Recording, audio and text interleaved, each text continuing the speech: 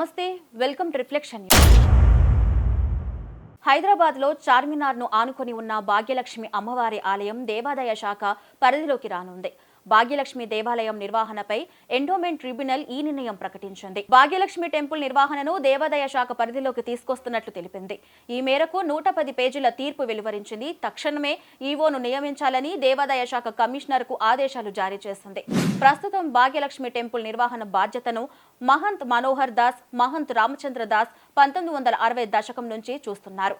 భాగ్యలక్ష్మి ఆలయానికి తక్షణమే ఈవోను నియమించి ఆలయంలో ఎలాంటి అవకతవకలు లేకుండా ముందుకు వెళ్లాలని దేవాదాయ శాఖ కమిషనర్ను ట్రిబ్యునల్ ఆదేశించింది.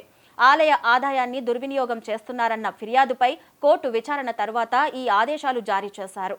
యూపీకి చెందిన రాజ్ మోహన్ దాస్ యజమాయిషి చెలాయిస్తున్నారంటూ ఓ మహిళ కోర్టును ఆశ్రయించడంతో ఇది వెలుగులోకి వచ్చింది. ఆలయ నిర్వహణకు సంబంధించి ఏకగ్రీవ నియంత్రణ ఉండాలని ఆమె కోర్టులో వాదించారు.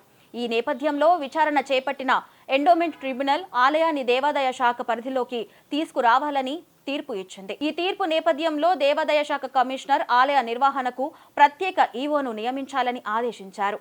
ఆలయ ఆదాయ వ్యయం, నిర్వహణ విధానాలు అధికారిక పర్యవేక్షణలో ఉండేలా చర్యలు తీసుకోవాలని సూచించారు. 1960 సంవత్సరంలో చార్మినార్ వద్దనున్న అమ్మవారి ఆలయ పరిధిలో బస్సు ప్రమాదం జరగడంతో అమ్మవారి విగ్రహం కూలిపోయింది.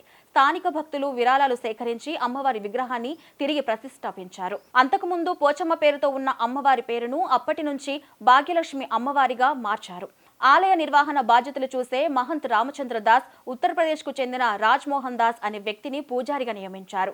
అయితే మహంత్ రామచంద్ర దాస్ కుమార్తె భాగ్యలక్ష్మి ఆలయం యజమాయిషి చేస్తున్న వారిపై కోర్టును ఆశ్రయించారు. కోట్లాది రూపాయల ఆలయ నిధులను దుర్వినియోగం చేస్తున్నట్టు సాక్ష్యాధారాలను కూడా ట్రిబ్యునల్ దృష్టికి తీసుకెళ్లడంతో భాగ్యలక్ష్మి ఆలయాన్ని దేవాదాయ శాఖకు అప్పగించారు.